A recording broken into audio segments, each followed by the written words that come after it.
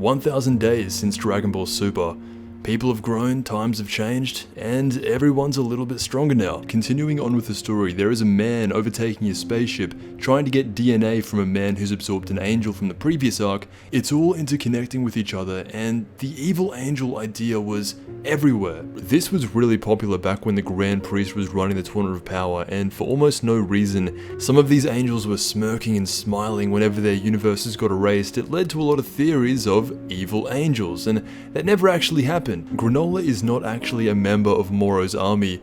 That was just some kind of premature conclusion that had been made. He was actually all by himself, with a guy called Oatmeal speaking to him through his eye. This guy shows up not directly after the fight with Moro, but a few days later when they go back to inspect 7-3's head. What actually happens is, by the time Jaco and the Galactic Patrol go back down to check if 7-3's still there, these other random guys have beat him to it, and they're hiding behind this rock with 7-3's head intact, but in a jar. It then skips forward a few months later, and you can tell because 7-3's body is half regenerated. For the past few months here, Granola has been waiting, spectating this random spaceship who steals 7-3 and puts him half back together. This was actually the guy who was making an army of 7-3's. Granola only shows up a few months later. He has no relation to Moro's army. He has been watching from the background all this time, and now is his time to strike. It would have been impossible to do an evil angel when they were first introduced.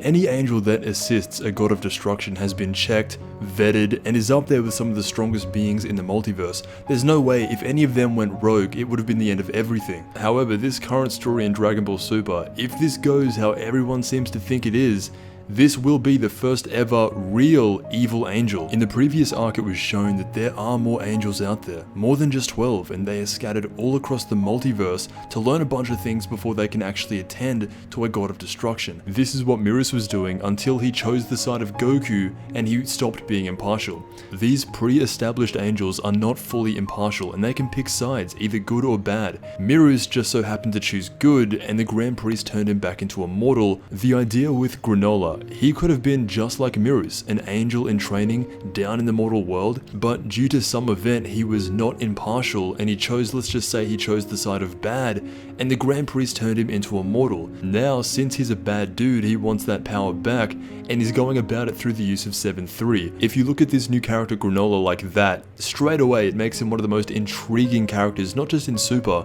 but of all time. This would also be a manageable angel as well. There was never a direct power scale of Mirus compared to someone like Whis, but you see him bow down to him. You can just assume that Mirus was a low tier angel compared to someone like Whis, stronger than Goku's UI, but less than Whis. When you absorb Ultra Instinct, if your body isn't conditioned to it, you will literally blow up. But the difference here is, if Granola really was the first ever fallen angel, his body is honed and conditioned for it and ready to go from the start. From the first look at this guy, the majority of people were saying he looks just like an angel, and he does, but his skin and hair was slightly different, and that threw a lot of people off. All of this can be changed when you realize there is no reason to be interested in someone like 7-3 unless he has some kind of sample of angel DNA. Right now, this is where I see the story going. Everything just matches up perfectly with the previous arc. This guy could have been watching the entire Moro arc from the backgrounds. The first evil angel, Granola. Anything else and I'll be very